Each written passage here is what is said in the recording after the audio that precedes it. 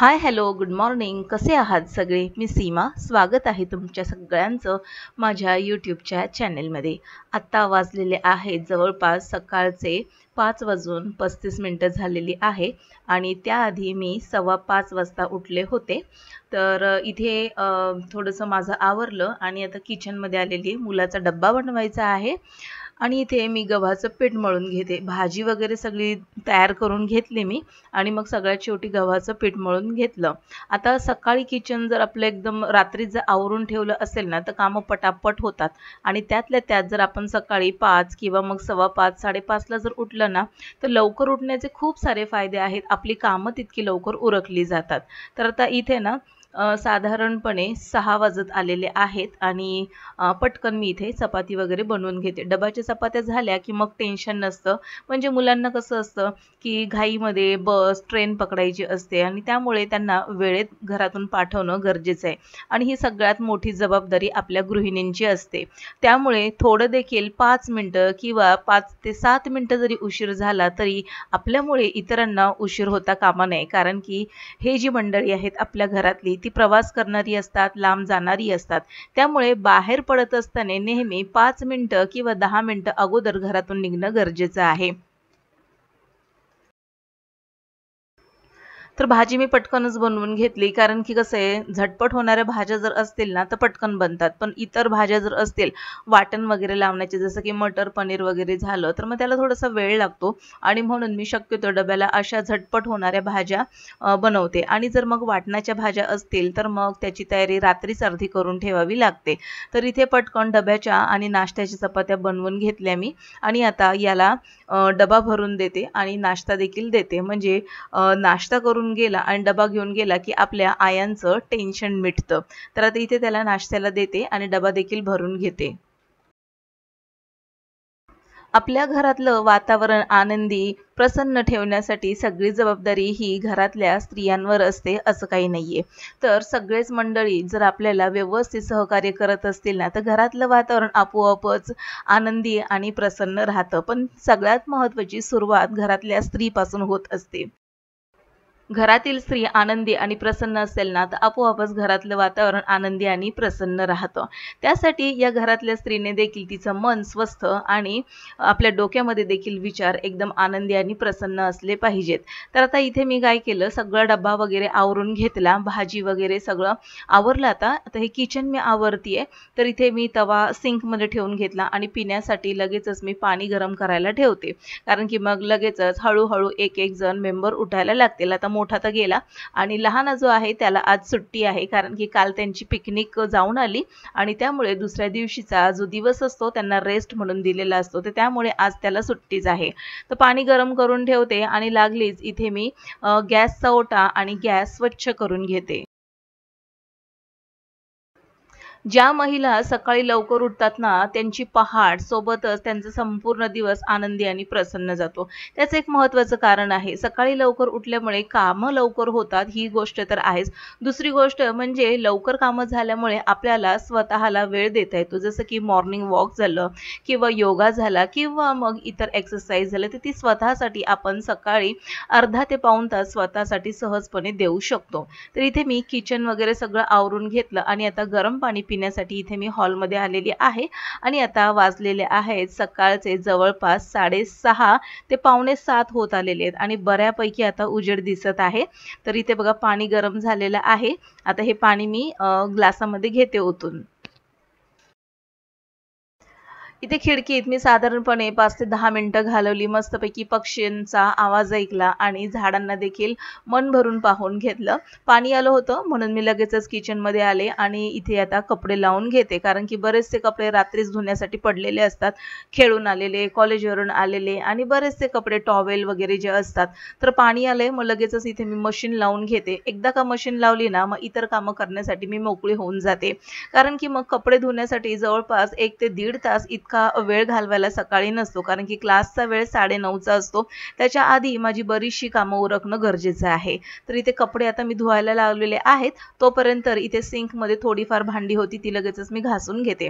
रात्री भांडी आवरली ना आणि पूर्ण किचन आवरलं ना सकाळी मग जास्त काही कामं वगैरे पडत नाहीत. स्वच्छ असं किचन असतं.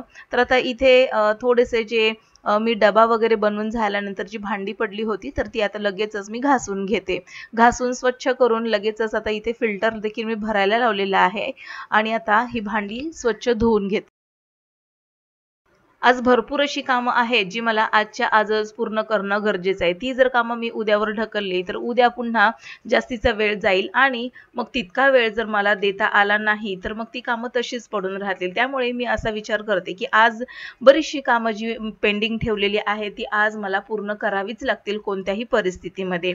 कधी-कधी असं असतं ना की वेळेचं व्यवस्थापन मॅनेजमेंट जर आपण केलं टाईम मॅनेजमेंट तर आपली कामं वेळेत पूर्ण होतात आणि जर आपण थोडासा कंटाळा केला की मी झालं दुसऱ्या दिवशी सगळ्या कामाला उशीर होत असतो। त्यामुळे मग मी ठरवलं की आजचं काम जे आहे ते आजच करणं गरजेचं आहे। इथे ना मी पनीर काढून जो रुमाल ठेवला होता पाण्यामध्ये भिजत ठेवलेला सर्फच्या तर तो धुवून घेतला, सिंकलाच धुत असते मी। आणि आता हे सगळं झाल्यानंतर मी माझी अंघोळ वगैरे उरकली आणि मग नंतर सगळ्यात शेवटी झाडू मारला। तर असं नाहीये की सकाळी उठल्याबरोबर पहिलं झाडू वगैरे मारायचा आणि मग नंतर बाकी सगळे डबा वगैरे करायचा, अंघोळ वगैरे करायची, तर इतका वेळच नसतो सकाळी। कारण की सकाळी जर इतकं सगळं करत बसलं तर मुलांना उशीर होईल आणि मला असं वाटतं की जी कामं आपल्याला प्रामुख्याने प्रथम करावीशी वाटतात, पहिल्यांदा करावीशी वाटतात, तर ती कामं आपण त्यांना पहिला क्रमांक दिलाच पाहिजे। आणि म्हणून मग मी काय करते, पहिला मुलांचा डब्बा वगैरे बनवून त्यांना सेफली घरातून पाठवून देते आणि मग नंतर माझी राहिलेली कामं आरामात उरकत बसते। तर झाडू वगैरे मारून घेतला, अंघोळ वगैरे झाली होती आणि आता इथे मला चहा प्यायचा आहे। तर आता हे सगळं आवरून घेतल्यानंतर मी आता आज मस्तपैकी आलं टाकून चहा करून घेणार आहे। शक्यतो चहा आता मी भरपूर कमी केलेला आहे कारण की मला तो चहा आता ॲक्चुअल मध्ये सोडायचा आहे, पण कसा सोडायचा, कसं आहे ना, सवय लागलेली गोष्ट पटकन सुटत नाही। तरी देखील मी प्रयत्न करते चहा सोडवण्याचा। पहिलं मी रोज सकाळी मला चहा लागायचा, पण आता मी त्याचं प्रमाण खूप कमी करत चाललेली आहे। म्हणजे साधारणपणे आठवड्यातून 3 ते 4 वेळा इतका चहा होतो माझा। तर आता इथे चहा ठेवून घेते, मस्तपैकी आलं किसून घालणार आहे यामध्ये आणि थोडेसे वेलची जी सालं आहेत ती देखील मी यातच घालून घेते आणि मस्तपैकी कडक असा चहा पिते। कारण की कसं आहे, आता थोड्या वेळाने क्लास सुरू होणार आहे आणि मग थोडंसं फ्रेश वाटलं पाहिजे म्हणून मग आता इथे मी आलं घालते चहात। तर चहामध्ये मी काही साखर वगैरे घालणार नाहीये, आज मी आलं घालून गुळाचा चहा करणार आहे। तर चहा बनवण्यासाठी इथे मी चहापत्ती, त्यासोबतच किसलेलं आलं आणि थोडंसं वेलचीची साल घातलेली आणि दूध घालून हे छान असं उकळलं, जास्त नाही उकळायचं, थोडंसं उकळलं मी आणि मग आता याला मी गाळून घेते।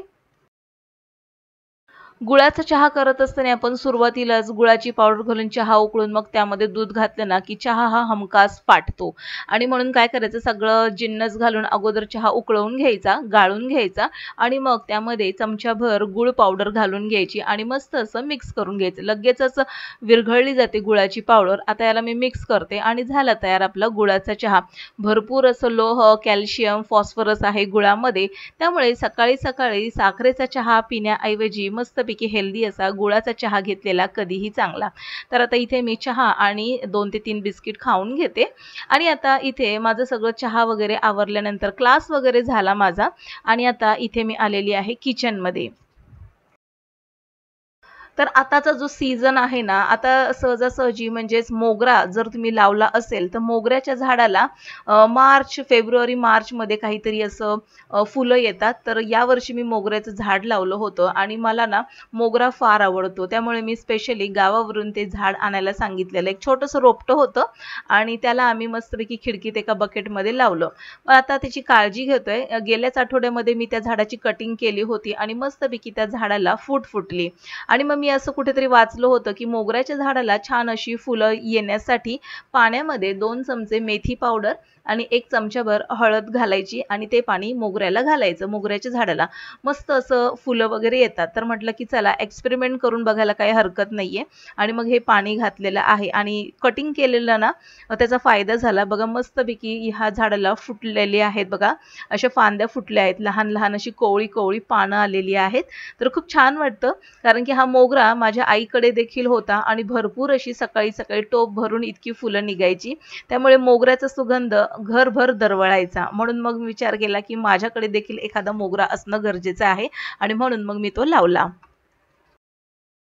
आता वाजलेले आहे साधारणपणे 11:15 ते 12:20 झालेले आहेत आणि क्लास वगैरे घेऊन सिंकमध्ये तशीच भांडी पडली होती, ती पहिली मी साफ केली आणि मग आता येताना माझ्या मिस्टरांनी मासे आणले होते, तर आता ते मासे देखील मला बनवून घ्यायचे. तर आजच्या जेवणामध्ये साधाच मेनू असणार आहे. मासा फ्राय करणार आहे. तर माशामध्ये आहे बांगडा आणलेला आहे त्यांनी आणि बोंबील आणलेले आहेत, ओले बोंबील.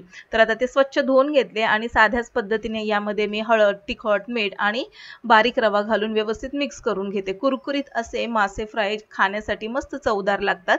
तर डाळ बनवलेली आहे मटकीची आणि मासा फ्राय करणार आहे, बांगडा फ्राय. तर मस्त असं साधं सिंपल आणि चविष्ट चवदार हेल्दी असं जेवण आहे आजचं.